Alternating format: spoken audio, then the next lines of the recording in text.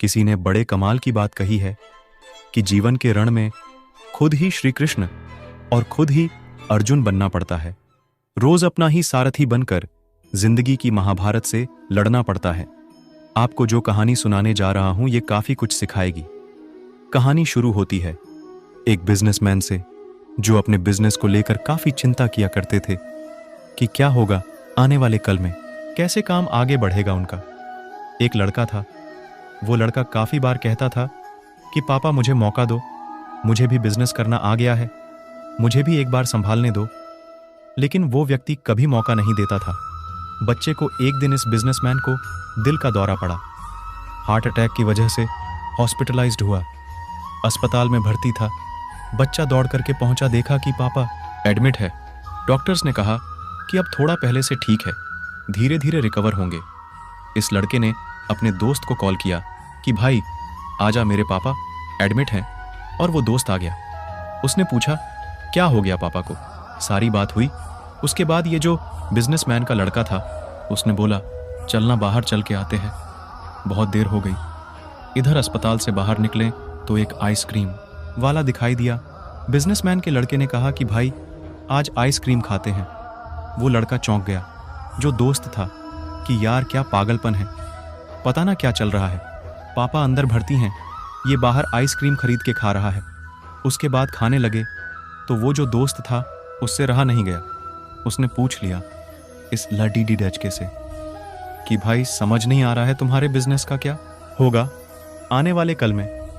तेरे पापा एडमिट हो गए हैं, उनकी तबीयत ठीक नहीं है, दिल का दौरा पड़ा है, हार्ट अटैक हुआ है, तो यह आइसक्रीम खा रहा है। मुझे समझ ही नहीं आ रहा है। उसने जो बात कही वह ध्यान से सुनी। उसने कहा कि मुझे मालूम है, तो ये सोच रहा हूं कि मेरे पापा एडमिट हैं और आइसक्रीम चल रही है, चल रहा है।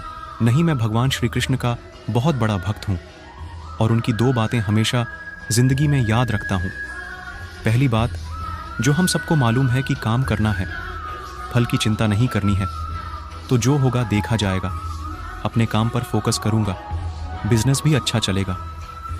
दूसरी बात, मैं तुम्हें एक कहानी सुनाता हूं, समझ में आ जाएगी। भगवान श्री कृष्ण की जो पत्नी थी माँ रुक्मणी, इनका विवाह हुआ तो जो बड़ा बेटा हुआ उसका नाम प्रद्युम्न था।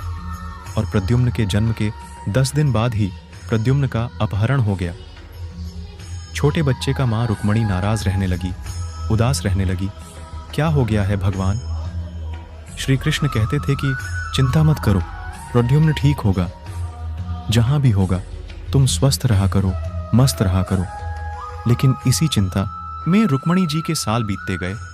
18 साल के बाद में प्रद्युम्न की वापसी हुई।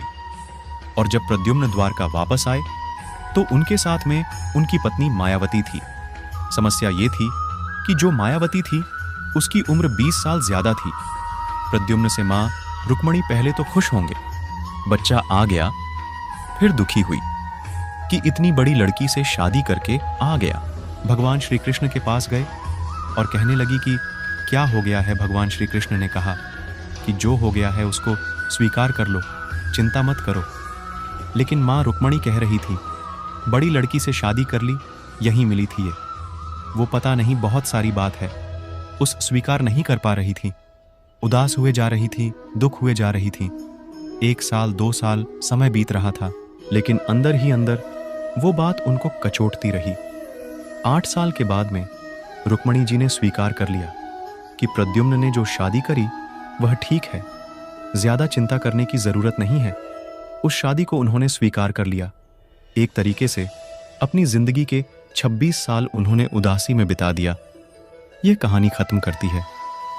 लड़का बोला कि भाई मैंने भी जिंदगी में स्वीकार करना सीख लिया है, क्योंकि भगवान श्री कृष्ण कहते हैं कि जो हो रहा है उसको स्वीकार कर लो, जिंदगी अपने आप सहज हो जाएगी। छोटी सी कहानी जो 2 बड़ी बातें सिखाती है, और यही बात है आप तक पहुंचाना चाहता था कि जिंदगी में जो हो रहा है, जिंदगी चलती चली जाती है, आप भी चलते रहिए। जो होगा अच्छा होगा, अच्छे के लिए होगा। एक बार फिर से कहना चाहता हूं, ऊपर वाले के आशीर्वाद के साथ, अपने सच्चे प्यार के साथ, अपनों के प्यार के साथ एक बार फिर से वही बात जो अक्सर कहता हूं, कर दिखाओ कुछ ऐसा कि दुनिया करना चाहे आपके जैसा।